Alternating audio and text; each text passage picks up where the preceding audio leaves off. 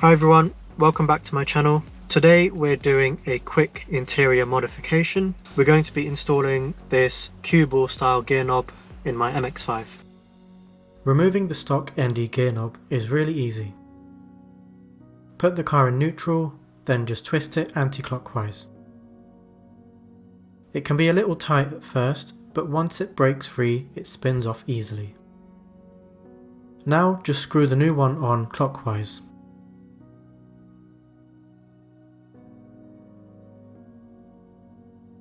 This particular gear knob allows the shifter boot to be attached to it, which I think is a really nice touch. Give it a quick test by shifting through all the gears. This one feels much more solid and it has a bit more weight to it, which feels great when changing gear. Such a small change, but it really transforms the feel of the interior.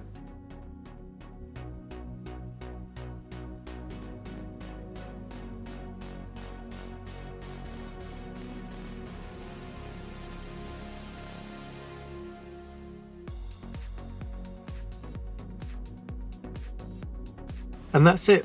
Really easy to install, it looks great and it also feels great as well. If you enjoyed the video, please give it a like and subscribe for more, and I'll see you in the next one.